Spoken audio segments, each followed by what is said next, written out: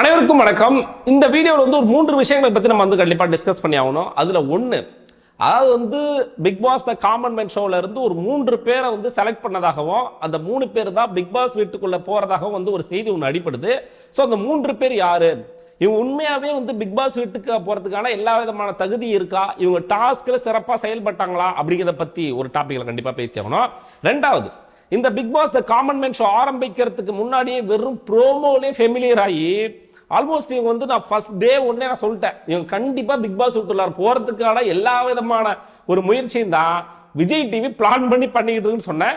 So அவங்களோட ஒரு கேரக்டரா இருக்கட்டும், கேரக்டர் மீன்ஸ் என்னன்னா அவங்க உள்ள அவங்கள தன்னை காமிச்சிக்கிறாங்கல்ல, ஸோ அது உண்மையாவே இவங்க இன்னசென்டா, இவங்க ரியல் கேரக்டர் இதானா அப்படிங்கிறத பத்தி ரெண்டாவது ஒரு டாபிக்ல பேசி ஆகணும். மூன்றாவதா இன்னைக்கு எபிசோட பத்தி கண்டிப்பா நம்ம பேசி ஆகணும். இன்னைக்கு எபிசோடு மட்டும் இல்லை, நம்ம லாஸ்ட்டாக ஒரு 3 வீடியோ போடவே இல்லை, கடந்த ஒரு 4 எபிசோட பற்றி கண்டிப்பாக இந்த வீடியோவில் பேசி ஆகணுங்க. ஃபர்ஸ்ட் விஷயம், ஒரு 3 பேரை செலக்ட் பண்ணதா சொல்கிறாங்க. ஷோ பேர் என்ன? Bigg Boss the common man. Common மேன்னா என்னங்க? உங்களை மாதிரி என்ன மாதிரி, சரி என்ன கூட விடுங்க, நான் ஏதோ ஒரு சின்ன யூடியூப் சேனல் வச்சு பேசிக்கிட்டு வச்சுக்கலாங்க. ஒரு ஒரு ஒரு ரசிகராக, பிக் பாஸ் ஷோவை ரசிக்கிற ஒரு ரசிகராக, வீட்டுக்குள்ளார உட்காந்துக்கிட்டு விமர்சனம் பண்ணுகிற ஒரு ரசிகராக இருக்கக்கூடியவர்கள் பிக் பாஸ்க்கு போகணும், நான் இந்த இடத்துல நான் எப்படி பண்ணியிருப்பேன் தெரியுமா, நான் இங்க இருந்தா எப்படி பேசியிருப்பேன் தெரியுமா, இப்படின்னு ஒரு சாமானியர்களா இருக்கக்கூடியவர்களை கூட்டிட்டு போயிட்டு ஒரு ஷோ ரன் பண்ணி அவங்கள உள்ள அனுப்புறதுக்கு பேர் தானங்க காமன் மேன் ஷோ. அதை தவிர்த்து விட்டு ஒரு யூடியூபர், அவங்களுக்கு எவ்வளவு சப்ஸ்கிரைபர் இருக்கிறாங்க, எவ்வளவு ஏர்னிங்ஸ் வருது அப்படிங்கிறதுலாம் ஒரு பொருட்டே கிடையாது. பட் இருந்தாலும் இந்த காமன் மேன் ஷோல ஒரு யூடியூபருக்கு வாய்ப்பு கொடுத்து உள்ள அனுப்புறாங்க. ரெண்டாவது, ஒரு பிலிம் ப்ரொடியூசர். ஏன்னா இது 100% உறுதிப்படுத்தப்பட்ட தகவல் இல்லைனாலும் ஆல்மோஸ்ட் கன்ஃபார்ம் இருந்தா சொல்றாங்க. அப்படி ஒருவேளை இது கன்ஃபார்ம் அப்படின்னா நம்மளோட விமர்சனம் அப்படி கண்டிப்பா இருக்கணுமா இல்லையா, நடுநிலையா இருக்கணுமா இல்லையா? ஒரு பிலிம் ப்ரொடியூசர் ஒருத்தவங்க, இன்னொருத்தவர் நேஷனல் சாம்பியன் அவரு. ஸோ இப்போ இந்த 3 பேர் செலக்ட் ஆனதா சொல்றாங்க. இப்போ நான் சொன்ன போதே உங்களுக்கு யார் யாருன்னு தெரிஞ்சிருக்கும். அதுல ஃபர்ஸ்ட் நான் ஆல்ரெடி சொன்ன மாதிரி முனியம்மா, ஸோ இவங்க மற்றும் ஜேசன், அதுக்கப்புறம் கரிஷ்மா அப்படிங்கிற ஒரு பொண்ணு, இவங்க 3 பேர் தான் செலக்ட் ஆனதா இது வரைக்கும் ஒரு தகவல் வந்துகிட்டு இருங்க. இது எந்த அளவுக்கு உண்மைத்தன்மையான தகவல் அப்படிங்கிறது தெரியல. ஒருவேளை உண்மைத்தன்மையான தகவலா இருந்திருந்தா கடந்த நாள், அதாவது ஃபர்ஸ்ட் அவங்களோட இன்ட்ரடக்ஷன் அப்படிங்கிறது முடிஞ்சிச்சு, அதுக்கப்புறமா 22 பேர் ஃபில்டர் போட்டாங்க. இந்த 22 பேர்ல இருந்து டெய்லிக்கும் ஒரு எபிசோடு மூலமா ஒரு டாஸ்க்னு ஒரு பேர்ல ஏதோ ஒன்று வைக்கிறாங்கன்னு வச்சுக்கோங்களேங்க. இந்த 4 நாட்களா, அதாவது ஒரு பழமொழி சொல்லுவாங்கல்ல, ஒரு சோறு பதம் சொல்லுவாங்கல்ல, அந்த மாதிரி இத்தனை நாட்கள் இந்த 4 எபிசோட வச்சு இவங்க யார் உள்ள கெப்பாசிட்டி உள்ள போயிட்டு எல்லா விதத்திலுமே நல்லா பண்ணுவாங்க அப்படின்னு சொல்லிட்டு நமக்கு தெரியும். பாத்தீங்களா? அப்படி பார்க்கும்பொழுது ஜேசனாக இருக்கட்டும், கரிஷ்மாக இருக்கட்டும், முனிமாவாக இருக்கட்டும், இவங்களோட பங்களிப்பு என்ன அப்படிங்கிறது கடந்த 4 எபிசோட நீங்க பாத்தீங்க அப்படின்னா எனக்கு தெரிஞ்சு கரிஷ்மா எங்க இருக்குன்னே தெரியல. ஒன்றும் இல்லை, இன்னைக்கு எபிசோட்ல ஒரு 3 பேரை நிக்க வச்சு யாரு இவங்க டிசைடுங்க, யார் வெளியில் அனுப்பலாம் அப்படிங்கிற மாதிரி பேசுறாங்க. அதுல வெங்கடேசன், பேபி அக்கா மற்றும் திவ்யா அப்படிங்கிற ஒரு 3 பேரை நிக்க வச்சு இவங்க தான் ஒண்ணுமே பண்ணல அப்படின்னு சொல்லிட்டு அனுப்புறாங்க. ஆனா இவங்களுக்கு தெரியும் உண்மையாவே ஒண்ணுமே பண்ணாம, எனக்கு தெரிஞ்சு எங்க இருக்காங்கன்னே தெரியாத ஒரு கேரக்டர் யாருன்னு சொல்லி கேட்டீங்கன்னா கரிஷ்மா. அவங்கள எங்க இருக்காங்க, என்ன பண்றாங்கன்னே தெரியல. அவங்க எங்க தெரியுறாங்க அப்படின்னா அரவிந்த், MC அரவிந்த், அந்த பையன் எந்த இடத்துல வரானோ, அவன் எங்க பேசுறானோ அந்த இடத்துல இவங்க வராங்க, அவ்வளவுதான்.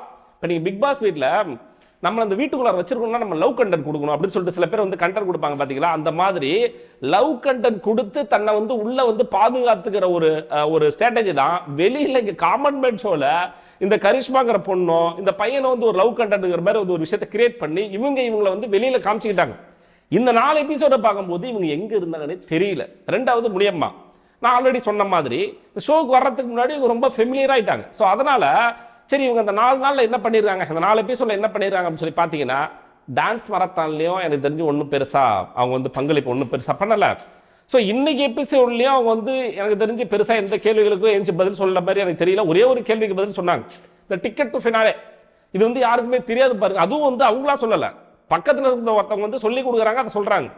ஸோ அதுக்கப்புறமா அதுக்கு முன்னாடி ஒரு டாஸ்க் ஒன்று வச்சாங்க. ஸோ அதுலையுமே அவங்க சொதப்பிட்டாங்க. அதாங்க அந்த சேட்டரில் போயிட்டு அந்த காயின் எடுக்குது பார்த்தீங்களா, ஸோ இந்த டாஸ்க்கு. ஸோ இதுலையுமே சொதப்பிட்டாங்க. அப்படி பார்க்கும்பொழுது இவங்க எந்த இடத்துல பெஸ்ட் பெர்ஃபார்மரும் கிடையாது, ஒஸ்ட் பெர்ஃபார்மரும் நிறைய பேர் சொன்னாலுமே அவங்களுக்கு கடைசியில் ரெட் கார்டு அப்படிங்கிறது போகவே கிடையாது. ஸோ அப்படி இருக்கும்பொழுது இன்னொரு ஆளு ஜேசன், இந்த 3 பேர்ல நான் ஜேசனை ஒரு வகையில் ஒத்துக்குவேன். பட் ஆனால் பிக் பாஸ் ஷோவுக்கு கரெக்டாக இருப்பாரா அப்படின்னு கேட்டால் எனக்கு தெரியல. ஸோ அவர் வந்து இயல்பாகவே வந்து ஒரு நேஷனல் சாம்பியன், ஒரு ஆத்லெட் அப்படிங்கிறதுனால பிசிக்கல் டாஸ்க் அப்படின்னு வரும்பொழுது ஆள் அட்ரஸே இல்லாமல் டப்பு பிசிக்கல் டாஸ்க்ல வந்து முன்னாடி வந்து ஒன்றுமே இல்லை. இன்னைக்கு வந்து பசர் அனுப்புக்கணும், எல்லாத்துலேயுமே வந்து சுகுமாரும் இவரும் தான் மாற்றி மாற்றி வந்து அமுக்குறாங்க. ஏன்னா இந்த இடத்துல வந்து உனக்கு பதில் தெரிஞ்சாலுமே யார் முன்னாடி வந்து பசர் அமுக்குறாங்க, ஸோ அப்படிங்கிறத பொறுத்து தான் அவங்க வந்து யார் பதில் சொல்லணும் அப்படிங்கிறது வந்து தெளிவாக வந்து முடிவெடுக்கக்கூடிய ஒரு சுச்சுவேஷனில் இருக்கிறாங்க நண்பர்களே. ஸோ அப்படி பார்க்கும் பொழுது இவங்க 2 பேர் ப்ளஸ் இவங்க 3 பேருமே வந்து எனக்கு இந்த காமன் மேன் ஷோல பெருசாக ஒன்றும் இந்த ஜேசனை மட்டும் விட்டுருங்க, ஏன்னா அவர் கொஞ்சம் நல்லா பண்ணியிருக்காரு, ஒரு 4 எபிசோட் நல்லா பண்ணியிருக்காரு. மற்ற 2 பேர் எங்க இருக்கிறாங்கன்னு தெரியல. அவங்க எதன் அடிப்படையில் உள்ள எடுத்து போடுறாங்கன்னா, இதை நான் ஆல்ரெடி 100 டைம் சொல்லிட்டேன், திரும்பி சொல்லுவேன். விஜய் டிவி அப்படிங்கிறது வந்து நீங்க நினைக்கிற மாதிரி அவங்க வந்து ஒரு ஷோவை, அதாவது வந்து ஒரு ஷோவை நடத்தி டாஸ்க் வச்சு அதன் மூலமா செலக்ட் பண்ற ஒரு இதெல்லாம் கிடையாது. ஆல்ரெடி செலக்ட் பண்ணிட்டாங்க. ஸோ இவங்க 3 பேர் தான் உள்ள போக போறாங்க. என்னோட கணிப்பு படி நான் சொல்றேன் பாருங்க, 2 பேர் மஸ்ட் விஜய் டிவி கன்ஃபார்ம் பண்ணப்பட்ட கண்டஸ்டன்ட். அதுல வந்து கரிஷ்மாவும் முனியாமாவும் 100% கன்ஃபார்ம் பண்ணப்பட்டிருக்காங்க. ஸோ இதுல இடையில வந்து பூந்ததுன்னா இந்த இவரை சொல்லலாம், ஜேசன் அப்படிங்கிற ஒரு வளர்ந்து நெட்டையா இருக்கார் பார்த்தீங்களா, அவரை சொல்லலாம். மற்றபடி ப்ரீ பிளான்டு ஒரு இதுங்க. ஸோ இவங்க தான் உள்ள போக போறாங்க அப்படிங்கிறத பிளான் பண்ணி இவங்களுக்கான ஹைப்பை கொஞ்சம் கொஞ்சமா ஏற்றி இவங்கள தான் உள்ள அனுப்புறதுக்கு எல்லா விதமான முயற்சியும் நடந்து இப்படி பண்ணியிருக்க மாதிரி தான் எனக்கு தோணுது. ஸோ இவங்க டிசர்வ்டா இல்லையா அப்படிங்கிறத தாண்டி உண்மையாவே இந்த செய்தி உண்மையா இருந்துச்சு அப்படின்னா உண்மையை மனசாட்சியை தொட்டு நீங்க வந்து சும்மா முனியம்மா கரிஷ்மா ஜேசன் அப்படின்னு சொல்லி பேசாம உண்மையாவே மனசாட்சியை தொட்டு இவங்க டிசர்வ்டா இல்லையாங்க அப்படிங்கிறத கமெண்ட் பாக்ஸ்ல மறக்காம போட்டு விடுங்க. இது ஃபர்ஸ்ட் விஷயம், ஓகேங்களா? 2வது முனியம்மா, நம்ம முனியம்மா பற்றி அதுக்கு முன்னாடி பேசுகிறோம்.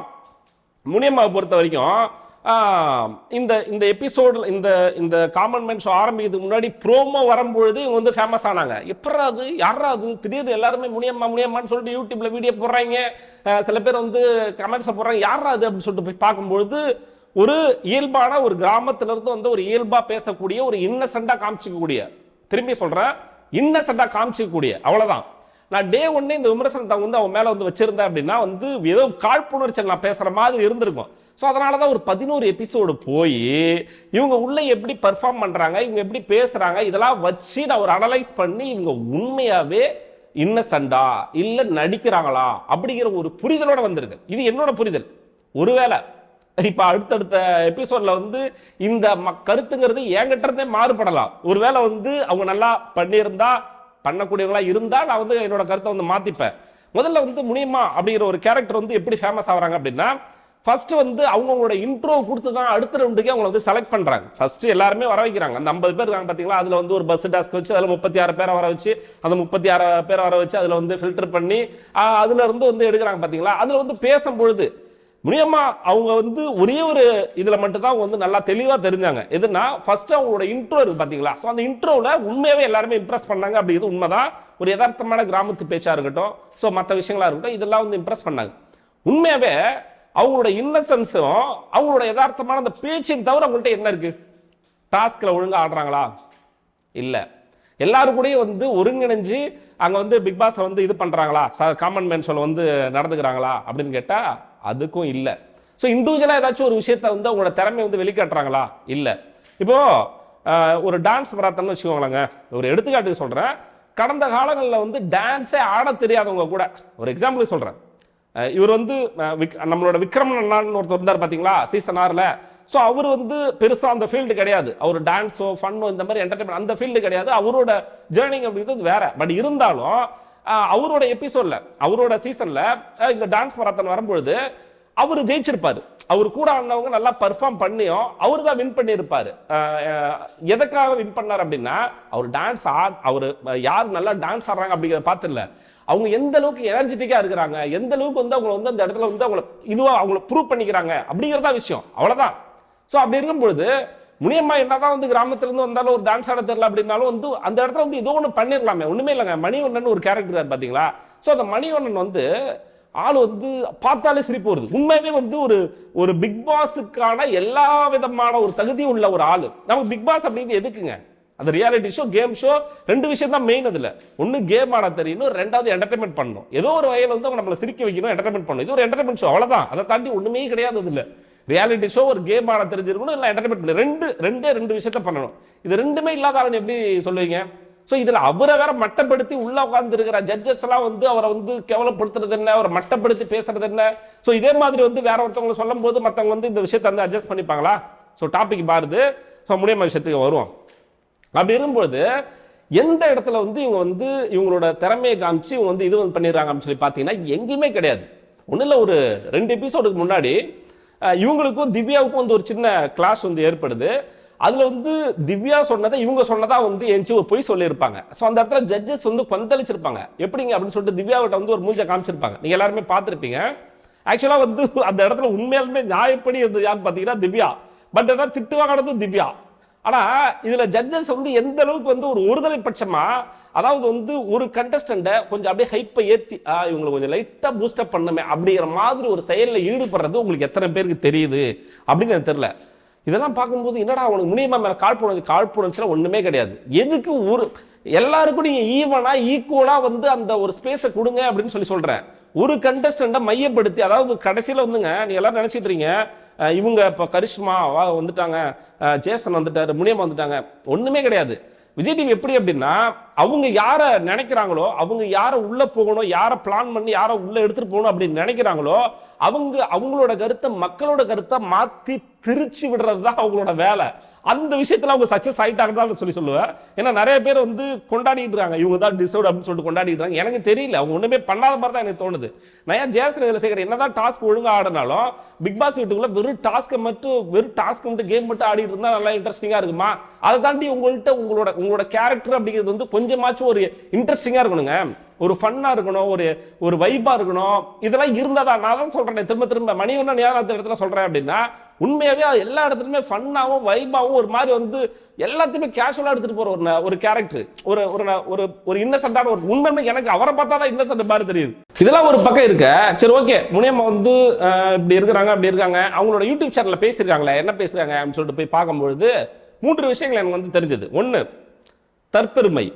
அவங்க வந்து சில இடத்துல வந்து தன்னை வந்து பெருமையாக பேசுகிறாங்க. அவங்க வந்து பெருமையாக பேசிக்கிறாங்க, நான் வந்து அப்படி பண்ணிட்டேன் இப்படி பண்ணிட்டேன் என்னை பார்த்து அவங்க. இன்னும் வந்து நீங்கள் வந்து முதல் படியை எடுத்து வைக்கல. முதல் படி அப்படிங்கிறது நீங்கள் பிக் பாஸ் வீட்டுக்குள்ளார போகிறது.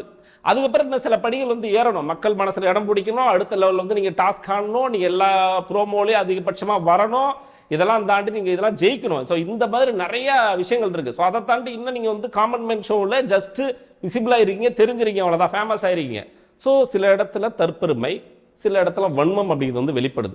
வன்மம் அப்படின்னா யாரு மேல அப்படின்னா உள்ள அவங்க சக கண்டஸ்டன்ட். இப்போ ஒரு எக்ஸாம்பிளுக்கு மணிவண்ணனே வந்து சில இடத்துல வந்து அவரை வந்து ஒரு மாதிரி வந்து இதுவா சொல்றாங்க. ஸோ அதுக்கப்புறமா வந்து அந்த கரிஷ்மா பொண்ணை வந்து அவர் தூக்கிட்டு போனாரு, அதெல்லாம் எப்படி பண்றது. அதாவது வந்து இவங்க தாம் முதுக திரும்பி பார்த்தாலும் நிறைய அழுக்கு இருக்கும், இவங்க அடுத்தவங்களை வந்து குறை சொல்றாங்கன்னு சொல்ற மாதிரி இவங்க நல்லா பெர்ஃபார்ம் பண்றாங்களா அப்படிங்கிறத தாண்டி இவங்க மற்றவங்களை ரிவ்யூ பண்றாங்க. அது தப்பு இல்லை. இப்ப நான் ரிவ்யூ பண்றேன் அப்படின்னா நான் கலந்துக்கல, எனக்கு அங்கே வாய்ப்பு கொடுத்துருந்தா நான் எப்படி பண்ணியிருப்பேன் என்ன பண்ணியிருப்பேன் அப்படிங்கிறது வந்து தெரியும். ஸோ நீங்கள் கலந்துட்டு நீங்கள் அதில் சக்ஸஸ் ஆகி வந்து மற்றவங்களை விமர்சனம் வச்சிங்கன்னா அப்படிங்கிறது வேற. பட் நீங்களே சக்ஸஸ் ஆகல. அப்படி இருக்கும்போது மற்றவங்க மேலே விமர்சனம் வச்சு எதுக்கு அப்படிங்கிற மாதிரி இருந்துச்சு எனக்கு. நான் ஒரு சிம்பிள் அட்வைஸ் மூலியமாக கொடுப்பேன், நீங்கள் செலக்ட் ஆயிட்டீங்க அப்படின்னா தயவு செஞ்சு வீடியோலாம் போடாதீங்க. போட்டு அதாவது உள்ளே போயிட்டு உங்களோட ஒருவேளை நீங்கள் இப்போ வந்து ஃபேக்காக நீங்கள் இன்னசென்ட்டாக காமிச்சிக்கிறீங்க அப்படின்னா உள்ள போயிட்டு நீங்க வந்து எக்ஸ்போஸ் ஆகிறதுக்கு இங்க வெளியில எக்ஸ்போஸ் ஆயிடுவீங்க. ஸோ அதனால வீடியோலாம் போடாதீங்க. ஒருவேளை செலக்ட் ஆயிட்டீங்க அப்படின்னா உங்களுக்கு நிறைய சப்போர்ட் இருக்கு உள்ள. நான் சொல்றது விஜய் டிவியில் சொல்றேன். ஸோ அவங்க உங்களை வந்து உள்ள அனுப்பி டிஆர்பி ஏற்றி வேற லெவலில் வந்து உங்களை வந்து எடுத்துட்டு வரணும் அப்படிங்கிற ஒரு பிளானிங்கோட இருக்கிறாங்க விஜய் டிவி. ஸோ அப்படி இருக்கும் பொழுது இது வீடியோ கீழே எதுவுமே போடாம ரிவ்யூ எதுவுமே போடாம டைரக்டா போயிடுங்க. டைரக்டா போயிட்டு உள்ள உங்களோட பெர்ஃபார்மன்ஸ் காமிங்க. உண்மையுமே சொல்றேன், நீ இன்னசென்ட்டா தான் இருந்தாதான் மக்களுக்கு பிடிக்கும், நீ யதார்த்தமா பேசினாதான் மக்களுக்கு பிடிக்கும், கிராமத்து இதுல பேசினாதான் மக்களுக்கு பிடிக்கும் அப்படிலாம் எதுவுமே கிடையாது. நீங்களா இருங்க. நான் என்னோட சேனல்ல வந்து நான் இதுக்கு முன்னாடி கடந்த காலங்களில் வந்து சப்போர்ட் பண்ணவங்க யாருமே மக்களால் வந்து நல்லவங்க அப்படின்னு அங்கீகரிக்கப்பட்டவங்களாம் கிடையாது. அவங்க ரா அண்ட் ரியலா இருந்தா மக்களுக்கு பிடிக்காது. ஸோ நான் ரா அண்ட் ரியலா இருக்கவங்களுக்கு தான் இது வரைக்கும் சப்போர்ட் பண்ணிட்டு இருக்கேன். அதை தாண்டி நீ வந்து தன்னை நல்லவனா காமிச்சிக்கிறது, நான் இன்னசென்ட்டா காமிச்சிக்கிறது, நான் வந்து ஒரு யதார்த்தமான ஆளாக இப்படி வந்து நீ ஒருவேளை உண்மையாலுமே அது உங்க கேரக்டர்னா தப்பு கிடையாது, அது நீங்க வந்து இருக்கலாம். ஏன்னா நீ போக போக தெரிஞ்சிடும் நீ என்னதான் வந்து ஒரு ஆக்டிங். ஏன் நான் ஏன் அதெல்லாம் சொல்றேன் அப்படின்னா நண்பர்களே, உங்களோட சேனல்ல பார்க்கும்பொழுது கடந்த கால வீடியோக்களை பார்க்கும்போது கொஞ்சம் தெளிவா பேசுறாங்க, நிறைய கொஞ்சம் மெச்சூரா பேசுறாங்க. இப்போ பேசுற அதே டோன்ல அதே ஸ்லாங்ல வந்து கடந்த கால வீடியோக்கள் வந்து பெருசா பேசுற மாதிரி எனக்கு தெரியல. ஸோ அப்படி இருக்கும்போது லைட்டா ஃபேக்கா இருக்குமோ, ஒரு மாதிரி வந்து இன்னசென்ட்டா ஆக்ட் பண்றாங்களோ அப்படிங்கிற ஒரு கேள்வி வந்து எனக்கு வந்து எழுது. உங்களுக்கு இது எழுதா இல்லை என்னங்கிறது வந்து தயவு செஞ்சு கமெண்ட் பாக்ஸில் மறக்காம போட்டு விடுங்க. ஸோ அதுக்கப்புறமா வந்து இன்னைக்கு எபிசோடை பற்றி என்னங்க சொல்றது, எனக்கு தெரிஞ்சு சுவாரஸ்யம் அப்படிங்கிறது பெருசாக இல்லவே இல்லை. கேள்வி பதில் அவ்வளோதான். அதாவது வந்து பிக் பாஸை முழுசா பார்த்தவங்க யாரு, அதன் அடிப்படையில் வந்து கேள்வி கேட்டு அவங்க வந்து யாரு அப்படிங்கிறது வந்து ஜெயிக்கிறது அப்படிங்கிறது தான். ஸோ இதில் நிறைய கேள்வி எனக்கு தெரிஞ்சு அவங்க கேட்ட கேள்வியில் 99% கேள்விகளுக்கு எனக்கும் பதில் தெரியும். ஸோ அதை பார்க்கும்போது நான் சொல்கிறேன். ஸோ அப்படி இருக்கும்போது கொஞ்சம் அப்படியே லைட்டாக அப்படியே ஒரு மாதிரி லைட்டாக ஃபன்னாக போன மாதிரி ஜனா டான்ஸ் பராத்தெல்லாம் இன்னும் கொஞ்சம் நல்லா வைப்பாக ஃபன்னாக இருந்துச்சு. ஸோ இன்னைக்கு எபிசோட் ஒரு மாதிரி அப்படியே டல்லாக போச்சு. ஸோ இதில் கடைசியில் வந்து ஒரு 3 பேரை டப்புன்னு ஏஞ்சி நிற்க வச்சிட்டாங்க. நான் என்ன எதிர்பார்த்தேன் அப்படின்னா, சரி ஓகேடா ஒன்றுமே பண்ணாத ஒரு சில பேர் வந்து எழுப்பி நிற்க வைப்பாங்க. ஒன்றுமே பண்ணாத இந்த 4 எபிசோட கம்பேர் பண்ணும்போது எனக்கு கரிஷ்மாலாம் ஒன்றும் பண்ணலை, அதுக்கப்புறம் வந்து முனியம்மா ஒன்றும் பண்ணலை. ஸோ அதுக்கப்புறமா வந்து அதாவது ஒன்றும் பண்ணலை அப்படிங்கிறது மீன்ஸ் வந்து எதுவுமே அவங்க எஃபர்ட் போட்டு பெருசாக எதுவுமே உள்ளே பண்ணலை அப்படிங்கிறத நான் சொல்கிறேன். ஸோ இன்னும் சில பேர் யார் அப்படின்னு சொல்லி கேட்டிங்கன்னா, இங்கே நிற்கிற அதில் வந்து யார் இருந்தா, பேபி அக்கா நல்லா பண்ணாங்க. உண்மையாகவே சொல்கிறேன், பேபி அக்காலாம் வந்து எல்லா இடத்துலையும் தெரிஞ்சாங்க, ஏதோ ஒன்று பண்ணாங்க. அவங்க வந்து அங்கே நின்று 2வது ஜானி கொடுக்குற அளவுக்குலாம் ஒன்றுமே கிடையாது, ஏதோ ஒன்று பண்ணாங்க. வெங்கடேசன் அவனால் முடிஞ்சது ஏதோ ஒன்று பண்ணான். நேற்றுலாம் இன்னைக்கு அவன் சரியாக பண்ணலாம் கூட, இது வந்து இன்னைக்கு பேஸ் கிடையாது, லாஸ்ட் 2-3 எபிசோட இது பண்ணது. ஸோ அப்படி பார்க்கும் நேற்றுக்கெல்லாம் வந்து ஏதோ ஒன்று பண்ணிட்டு இருந்தா குதிச்சான்னா இன்னொருத்தவங்க அவங்கள வேண்டாம் வந்து நீங்கள் சேர்த்துக்கலாம். ஸோ இப்படி யார் உண்மையாகவே எண்ட் ஆஃப் ஜர்னி கொடுக்க வேணுமோ அவங்கள உட்கார வச்சுட்டு இவங்க யாரோ ஒருத்தவங்கள இவங்கெல்லாம் எதுக்கு இவங்கெல்லாம் நம்ம பிளான்லேயே இல்லை இவங்களாம், ஸோ இவங்கெல்லாம் தூக்கி வெளியே போட்டுரும் அப்படிங்கிற மாதிரி வந்து ஒரு பிளானை பண்ணி ஸோ கடைசியில் வந்து இல்லைப்பா எல்லாருக்கும் வாய்ப்பு இருக்குது, அடுத்த டைம் நான் அந்த மாதிரி வந்து நிற்க வைக்க மாட்டேன், நான் வெளியில் அனுப்பிடுவேன் அப்படிங்கிற மாதிரி வந்து ஒரு மாதிரி முடிச்சு இது பண்ணி விட்டாங்க. ஸோ இவ்வளோதான் நண்பர்களே, இந்த 3 விஷயங்களை பற்றி நான் டீட்டெயிலாக பேசிட்டேன். அடுத்தடுத்து என்னென்ன அப்டேட் வருது அப்படிங்கிறத பற்றி அடுத்தடுத்த வீடியோக்கள் நம்ம கண்டிப்பாக பேசணும். Bigg Boss the common man ஷோவை பற்றி உங்களோட கருத்து என்ன, அவங்க நியாயமாக இருக்காங்களா, உண்மையாகவே வந்து செலக்டடான டிசர்வ்டான கண்டஸ்டன்ட் தான் உள்ளே அனுப்புகிறாங்களா, இந்த 3 பேரை சொல்கிறேன். இது எந்த அளவுக்கு உண்மை தெரியும் அதையும் நான் சொல்கிறேன். இந்த 3 பேருங்கிறது வந்து 100% அவங்க தான் போகிறாங்களா அப்படிங்கிறது எனக்கு தெரியாது. ஸோ அது நம்ம போக தான் வந்து அது உண்மையான கன்ஃபார்மான நியூஸாக அப்படிங்கிறத பார்த்துட்டு நம்ம தெளிவாக அதை பற்றி டீட்டெயிலாக பேசுவோம். இது வரைக்கும் நம்ம சேனலில் புதுசாக பார்க்குற நண்பர்கள் வந்து தயவுசெய்து சப்ஸ்கிரைப் பண்ணிட்டு பாருங்க. வீடியோக்கு லைக் போட மறந்துடாதீங்க, தயவு செஞ்சு ஹைப் பண்ணுங்க. பெருசாக ரீச் ஆக மாட்டேது. போன சீசனில் வந்து ஒரு எண்டில் வந்து ஒரு ஃபயராக சர ரீச் ஆச்சு பார்த்தீங்களா, அது ரீச் இல்லை. தயவு செஞ்சு கொஞ்சம் சப்போர்ட் பண்ணுங்க, லைக் போடுங்க, ஹைப் பண்ணுங்க, நிறைய பேருக்கு ஷேர் பண்ணுங்க. உங்களுக்கு என்னுடைய கருத்தில் ஒரு ஒத்த கருத்து இருந்துச்சுன்னா கண்டிப்பாக வந்து ஷேர் பண்ணுங்க. ஸோ இதே மாதிரி அடுத்த வீட்டில் உங்களை சந்திக்கிறேன். அதுவரை உங்களிடம் விடைபெறுவது நான் ஏபி.